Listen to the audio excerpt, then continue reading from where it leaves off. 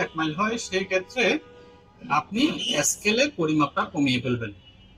এখন 16 ইঞ্চিতে 1 মাইল যখন, তখন এক বর্গে 10 ফিট ধরেছেন। যখন 32 ইঞ্চিতে 1 মাইল হবে তখন এখানে এক বর্গে 5 ফিট ধরবেন, অর্থাৎ স্কেলের ঘরগুলো কমিয়ে ফেলবেন।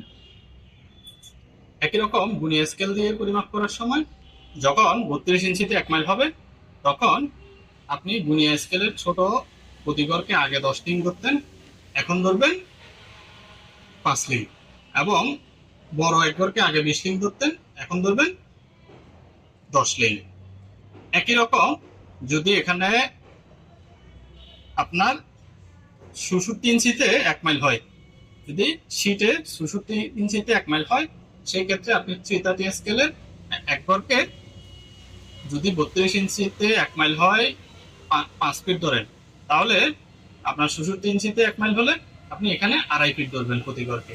একই রকম গুণিয়া স্কেলও আপনি এখানে প্রতি ঘরকে যখন 32 ইঞ্চি হবে তখন ধরবেন 5 লিং ছোট ঘরগুলোকে, এবং যখন 66 হবে তখন ধরবেন আপনি 2.5 লিং। একই রকম এটাকেও আপনি হাফ করে ফেলবেন, 32 ইঞ্চি হলে 10 লিং ধরবেন এবং 66 ইঞ্চি হলে 5 লিং ধরবেন।